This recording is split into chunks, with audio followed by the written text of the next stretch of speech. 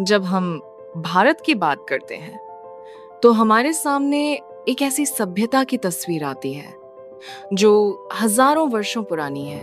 संस्कृति, परंपरा, ज्ञान और आध्यात्मिकता से भरी हुई यह धरती दुनिया की सबसे प्राचीन सभ्यताओं में से एक मानी जाती है।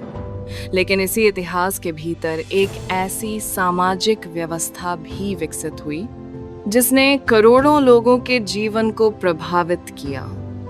यह व्यवस्था थी जाति व्यवस्था। जाति एक ऐसा शब्द जो सिर्फ पहचान नहीं बल्कि कई लोगों के लिए सामाजिक स्थिति, अवसर और संघर्ष का प्रतीक भी रहा है। प्राचीन भारतीय समाज में शुरुआत में लोगों को उनके कार्यों और जिम्मेदारियों के आधार पर अलग-अलग वर्गों में देखा जाता था। माना जाता है कि समय के साथ ये व्यवस्था जन्म आधारित होती चली गई और यहीं से समाज में विभाजन की गहरी रेखाएं बनने लगीं। सदियों तक समाज का एक बड़ा हिस्सा ऐसे नियमों और परंपराओं के बीच जीता रहा जहां किसी व्यक्ति की पहचान उसके गुणों से पहले उसकी जाति से की जाती थी। कई समुदायों को सम्मान, शक्ति और संसाधन मिले, वहीं कई लोगों को भेदभाव, सामाजिक दूरी और कठिन संघर्षों का सामना करना पड़ा। समय आगे बढ़ा। भारत में सामाजिक सुधार आंदोलनों की शुरुआत हुई।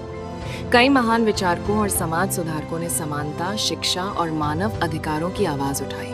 देश की आजादी के बाद संविधान ने हर नागरिक को समान अधिकार दिए। कानून ने स्पष्ट किया कि भेदभाव के लिए समाज में कोई जगह नहीं है। लेकिन सवाल आज भी बना हुआ है, क्या जाति केवल इतिहास बन चुकी है या आज भी इसके प्रभाव समाज के अलग-अलग हिस्सों में मौजूद हैं? नई पीढ़ी बदलाव की दिशा में आगे बढ़ रही है। शिक्षा, जागरूकता और तकनीक ने सोच को बदलना शुरू किया है। आज बहुत से लोग जन्म से ज्यादा कर्म और योग्यता को महत्व दे रहे हैं। एक बेहतर समाज वही होगा जहां किसी इंसान की पहचान उसकी जाति नहीं बल्कि उसका चरित्र, मेहनत और इंसानियत होगी। क्योंकि बदलाव सिर्फ कानून से नहीं आता, बदलाव सोच से आता है।